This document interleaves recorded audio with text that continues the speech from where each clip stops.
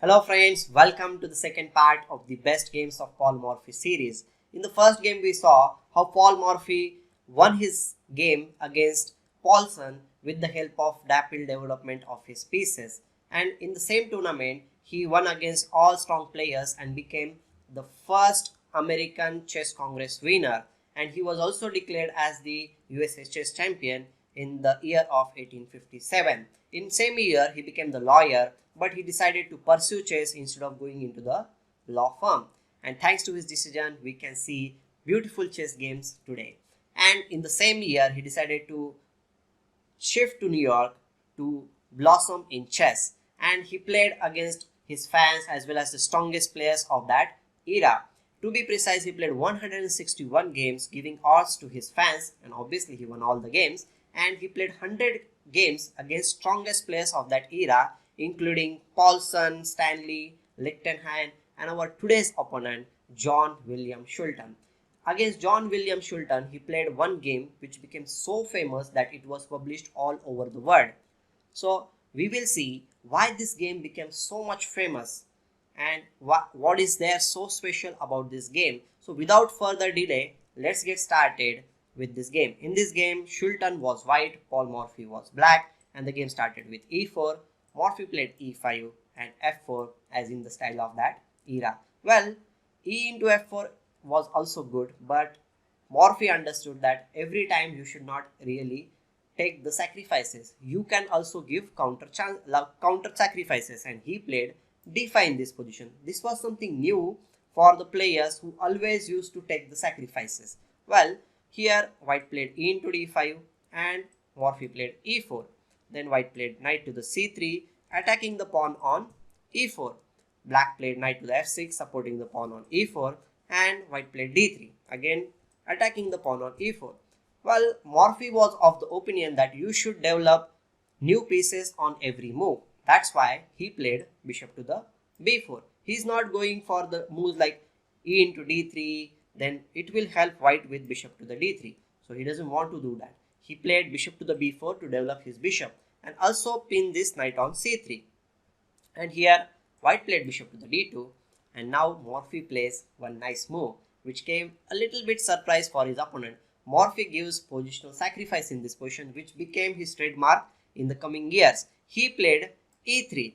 Now this move has become standard, but at that time this move was really new, and his opponent played bishop into e3. Well, again, if you see, black had the chance to capture on d3, but it will help white to develop his piece with the tempo, that after the capture the bishop will be developed, and this is exactly what Morphy does not want from his opponent.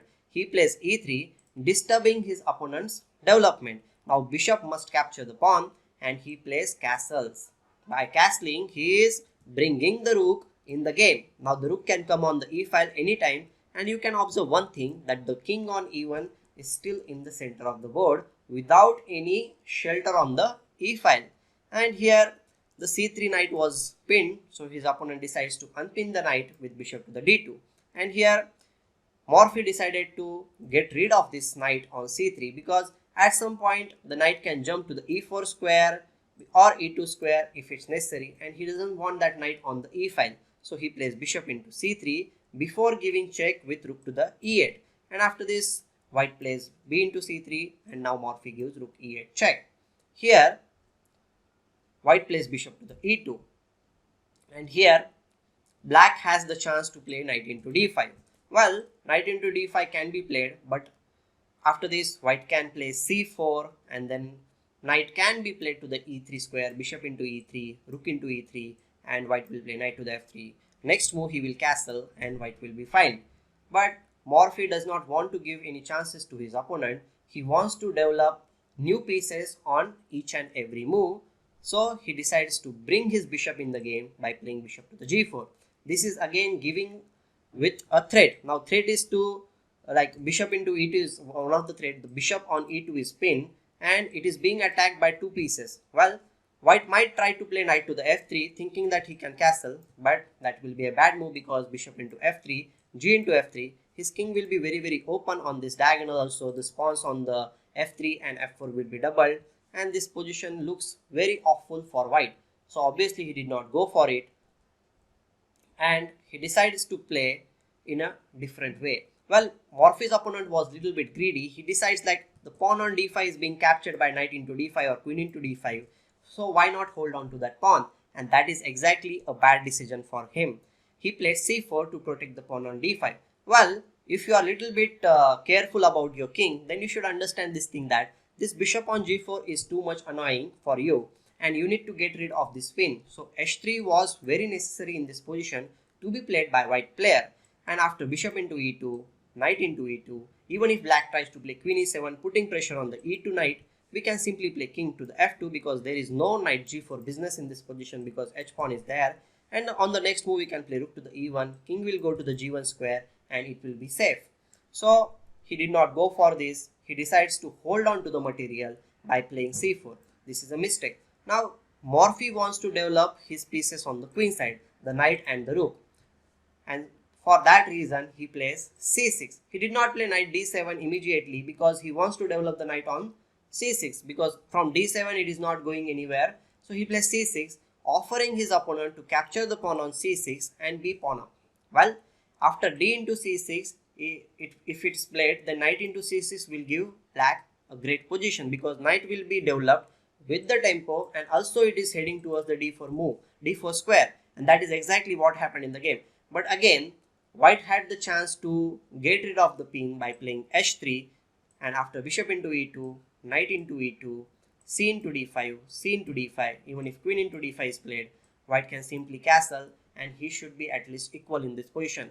His king is safe and his pieces are also developed, and black is also fine in this position, but he did not go for it. He wants to capture on c6. So instead of h3, he plays d into c6, and after knight into c6, as I mentioned, the d4 square is waiting for this knight on c6, and it is too much late for white to play h3, because if he plays h3 in this position it will not help him, because after bishop into e2, knight into e2, the knight will jump on d4 square, and there is no satisfactory way to save the knight on e2 because we will be attacking it with two pieces, and that's why h3 is not working. It's too late.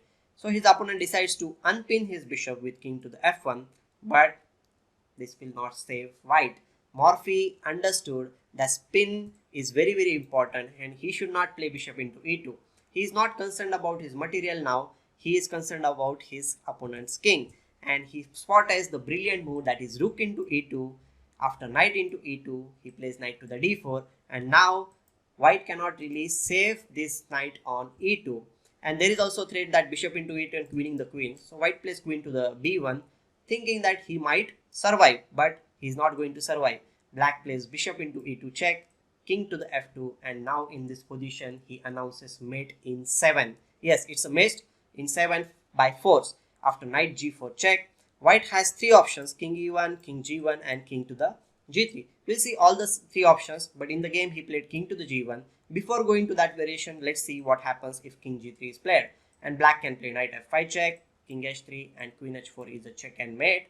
And if he plays king to the e1, that will also lead to checkmate after queen h4 check, g3, and nice move queen e7, supporting the knight bishop on e2 and threatening knight f3 is a check and mate. Even if bishop e3 is played, then queen into e3 and knight f3 checkmate cannot be stopped. Well, in the game he played king to the g1, and after this black played a very amazing move. Can you spot it? Well, yes, he played knight to the f3, destroying his opponent's king side completely, and he doesn't have any shelter now. After g into f3, the queen comes in the center with queen to the d4 check, king to the g2, queen f2 check, dragging the king further away, like towards the middle of the board, you can say corner of the board also. King h3, queen f3 check, king to the h4, and now queen at g4 is going to be checkmate. For that we need to remove this knight here, so knight e3 is a good move.